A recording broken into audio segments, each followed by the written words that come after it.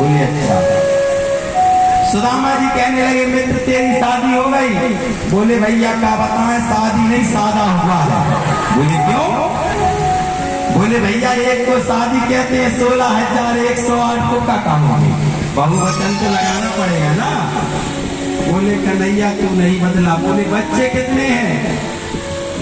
कन्हैया कहने लगे एक पटरानी के 10 पुत्र है और एक पुत्री। अब लगा ले 16,108 का गुणा बार।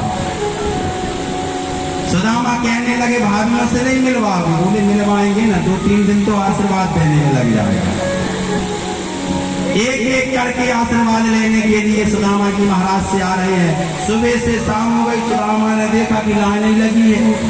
सुदामा कहने लगे बोले भाभियों जहाँ खड़ी हो वहीं पर रहो, हमें यहीं से आशीर्वाद देते हैं अखंड सौभाग्यवती, हमेशा जीवन सुख में रहे। सुदामा जी महाराज और कन्हैया दोनों बड़ी सुंदर बातों को करते हैं। अब कन्हैया कहने लगे बोले मित्र ये बता कि मेरी भाभी ने मेरे लिए क्या भेजा है? सुदामा ने जब देखा कि 16,108 महल, घोड़े, हाथी, राज सिंहासन, हीरा मोती, सोना चांदी, अन्न धन वस्त्र आभूषण, इतना बड़ा आदमी है, इसको क्या टूटे फूटे चावल बताऊं? सुदामा ने क्या किया, उन चावलों को कांखी में दबा दिया। कन्हैया समझ गया कि कुछ ना कुछ लिए, लेकिन शर्म के मारे नहीं दे रहा है।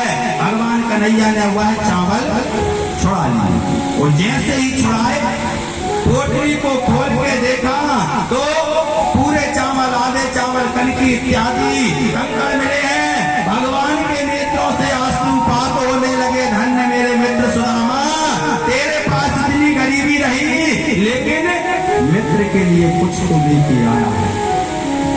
भगवान कन्हैया ने क्या किया, जैसे ही सुदामा जी महाराज की चावल की पोटली को खोला, एक मुट्ठी प्यारे प्रभु ने खाई।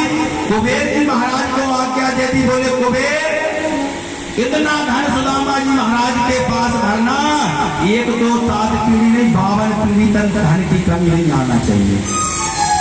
दूसरी मुट्ठी प्यारे प्रभु ने चावल की जैसे ही खाई, विश्वकर्मा को आज्ञा दे दी केवल सुदामा का घर नहीं, पूरी कांचन नगरी जो है इतनी सुंदर बना दो कि ऐसी नगरी भर कहीं ना हो। तीसरी मुट्ठी प्यारे प्रभु जैसे ही खाने के लिए हुए, रुक्मणी ने हाथ पकड़ लिया। बोले प्रभु,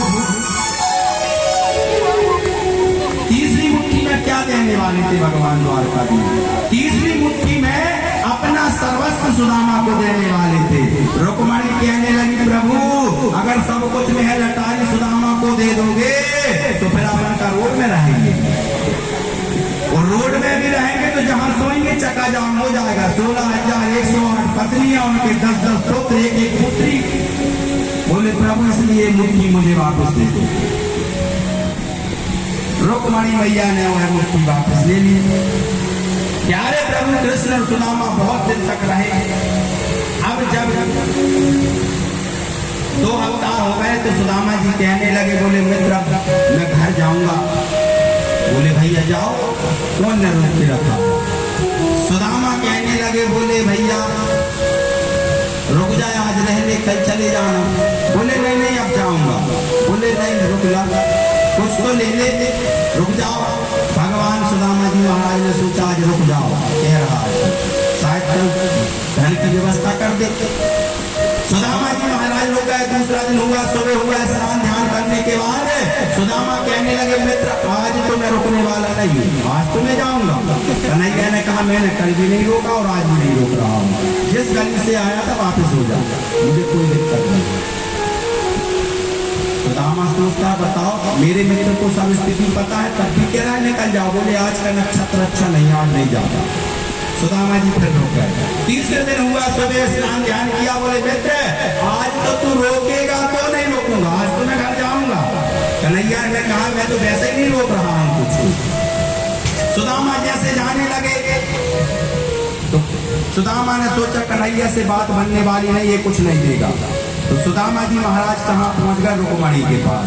बोले भाभी आज मैं जा रहा हूँ। रुक्मणी ने कहा रुको मैं अभी आती हूँ।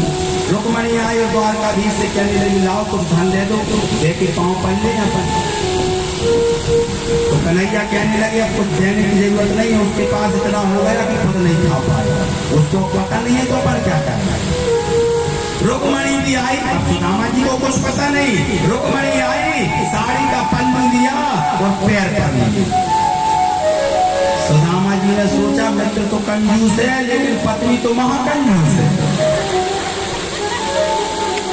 सुदामा जी महाराज जैसे ही जाने लगे बोले मित्र अब मैं जा रहा हूँ। सुदामा जी निकल पड़े, बोले जा रहा हूँ मित्र, शायद कृष्ण कह दे कि आजा भैया कुछ ले जा।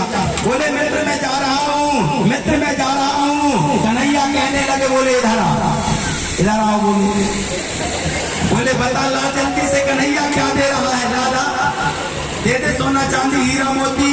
कन्हैया कहने लगे कुछ दे नहीं रहा हूँ, मेरे जो नए कपड़े पहन के जा रहा है वो उतार के जा और अपने फाटे पुराने पहन के लेता।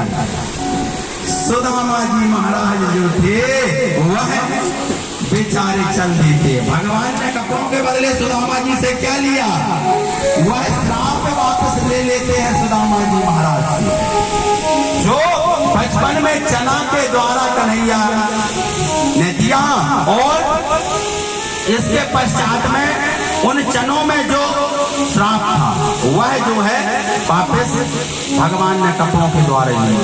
जब सुदामा जी महाराज वापस आए तो सुदामा जी महाराज जब अपने घर आते हैं, सुशीला इतने जेवर पहने हैं, अन्य वस्त्राभूषण से संपन्न सभी नगरी को एकत्रित किए हुए हैं। सुदामा जी महाराज ने देखा कि मेरे महल अटारी कैसे हुआ। सुदामा जी महाराज ने जैसे ही देखा तो सुदामा जी महाराज कहने लगे बोले धन्य है मेरे प्रभु।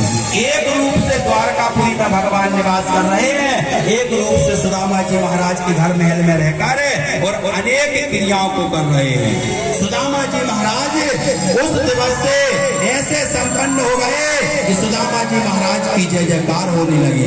बोलिए कृष्ण सुदामा की जय, भगवान की। सुखदेव जी महाराज बताते राजा परीक्षित भगवान कन्हैया के जब हर पटरानी के गर्भ से 10 पुत्री हुई तो